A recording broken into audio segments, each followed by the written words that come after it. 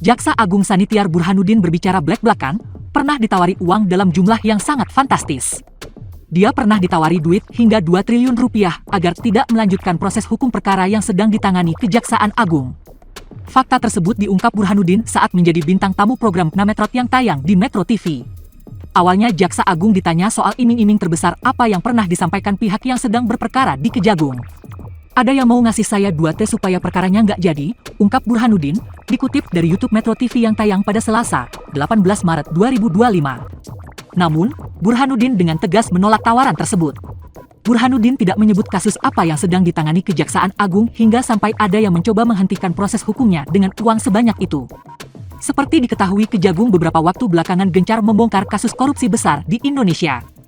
Kasus korupsi tata niaga timah di wilayah izin usaha pertambangan, IUP, PT Timah Tbk tahun 2015-2022 merugikan negara plus kerugian lingkungan senilai total 300 triliun rupiah. Kasus yang terjadi di Bangka Belitung ini menyeret 22 orang tersangka yang kini sebagian besarnya sudah dijatuhi vonis penjara. Kerugian akibat kasus korupsi timah ini menjadi yang terbesar dalam sejarah pengungkapan kasus korupsi di Indonesia. Skandal kasus korupsi timah mengalahkan kasus-kasus korupsi kelas kakap sebelumnya, yakni kasus bantuan likuiditas Bank Indonesia, BLBI, 138,442 triliun rupiah, kasus korupsi dan TPPU PT Duta Palma Group di Riau mencapai 100 triliun rupiah, kasus korupsi penjualan kondensat di Tuban 35 triliun rupiah, kasus korupsi PT Asabri 22,7 triliun rupiah, dan kasus korupsi PT Jiwasraya 16 triliun rupiah. Terbaru, Kejagung mengungkap kasus korupsi tata kelola minyak mentah dan produk kilang di anak perusahaan PT Pertamina, yaitu PT Pertamina Parta Niaga. Korupsi yang menyeret 9 orang tersangka termasuk Dirut Pertamina Patra Niaga Rifa Siahaan ini selama 5 tahun dari 2018-2023. Hitung-hitungan sementara kerugian untuk tahun 2023 mencapai 193,7 triliun rupiah. Namun, kerugian itu belum termasuk kerugian pada 4 tahun sebelumnya dari 2018 hingga 2022.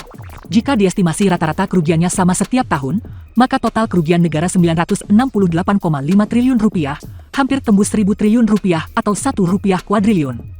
Baru-baru ini, Burhanuddin juga mendapatkan sorotan luas ketika timnya berhasil mengungkap kasus suap terhadap peradilan kontroversial Ronald Tandur yang melibatkan hakim yang diduga disuap untuk memutuskan vonis bebas terhadap tersangka. Karena keberhasilan membongkar kasus korupsi besar itulah, ST Burhanuddin dijuluki sebagai Jaksa Agung Pemburu Koruptor. Jaksa Agung ST Burhanuddin ingin koruptor yang merugikan negara mendapatkan hukuman lebih berat hingga hukuman mati. Kalau saya sih mengharapkan ada hukuman lebih berat, saya kepingin jujur saja, kata Burhanuddin dalam program Gaspol. Kompas.com, Jumat, 14 Maret